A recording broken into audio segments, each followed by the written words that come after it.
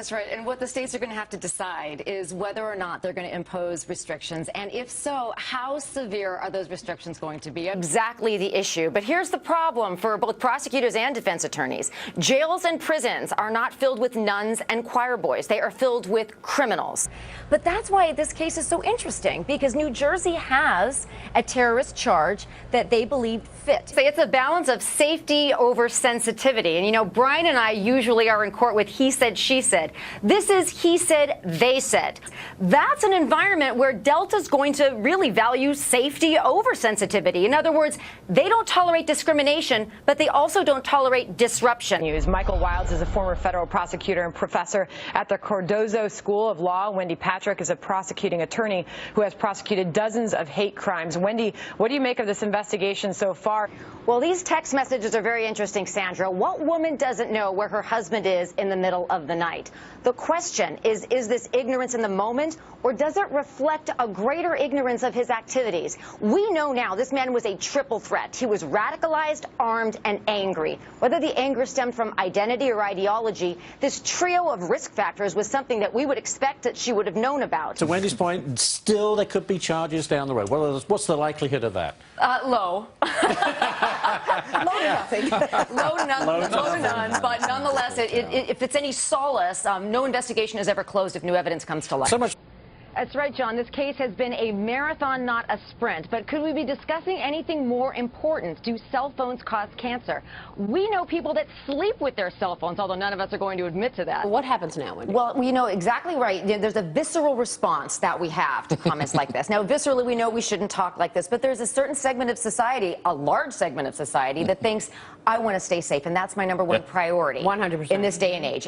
But if you look at the reports, there are dozens of kids that die across the country left in hot cars. The proverbial, does he have a pot to... Right? Exactly. Right. Very good. Touche. Right.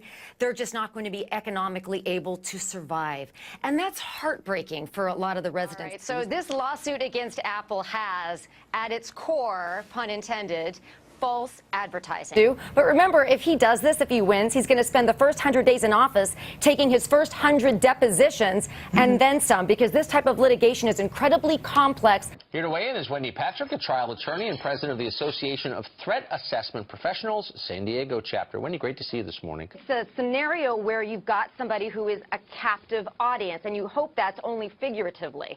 What kind of sexual assault crime did this man intend? Now, all we have is circumstantial evidence. Got the distinctive bullet casings, those 9mm bullets. He used the same gun. They all match, and he had the gun on him when he was apprehended. Here's the law. No body, no problem. But in a case like this, where there were a lot of circumstances that might make it look like an accident, motive matters. And I began my career as a public defender, so I share your experiences there. But I got to tell you, I've also prosecuted prison crimes against inmates. Is the world going to get to watch this unfold in real time? Wendy, I think you've got a job for the next decade commentating on this trial. Donald Trump is a man about whom everyone has an opinion. Credibility that's permeating the discussion that we're having. I mean, what did the knife look like? What kind of a knife it was?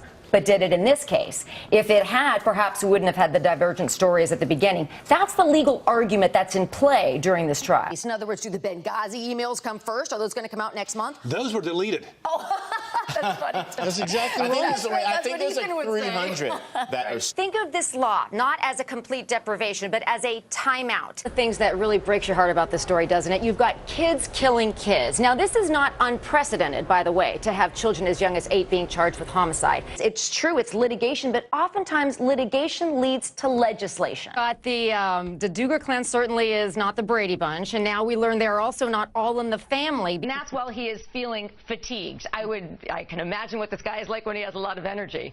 That under the facts and circumstances, as hard as it is to believe and as strange as it sounds, she won't be facing criminal prosecution.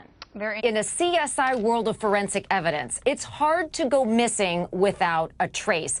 Premeditation can be formed in a very small period of time. Because remember that memories, unlike fine wine, do not improve with age. Listen to the standard. more probable than not that he was generally aware of some incidents of wrongdoing. That is so vague. Companies have a level of corporate social responsibility. Emotions are high. It's a horrible crime. Everybody's angry. Now, it's true the ballistics support the fact that it ricocheted, but that doesn't necessarily absolve the defendant from liability from a murder charge. They're not just looking at where there's smoke, there's fire. They're trying to find out whether or not there's smoke. Hello, everyone. I'm Wendy Patrick. Welcome to the Daily Ledger. Also, the movement to prevent sexual assaults and rape on college campuses. Next on the Daily Ledger, nuclear inspectors strike out. That's true, but emotionally it's got a lot of appeal, this lawsuit. We'll see what the I'm court... going to join if she wins. Well, circumstantial evidence is just as good as direct evidence, and they have hit this jury with an avalanche of circumstantial evidence. We want to make sure that those strong statements are really followed by strong actions, because actions speak louder than words. Well, first of all, man's best friend is not his dog, it's his family. She committed the crime. She's been convicted for it. Do we kill her for it? Mercedes Colwyn and Wendy Patrick next. So it really boils down to, in a word, perception.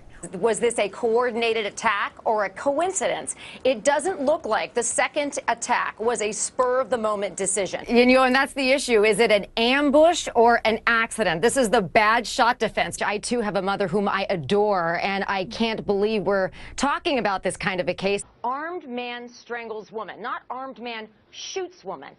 You cleared it, you claim it. Shoveling snow is hard work. Take it from me in San Diego.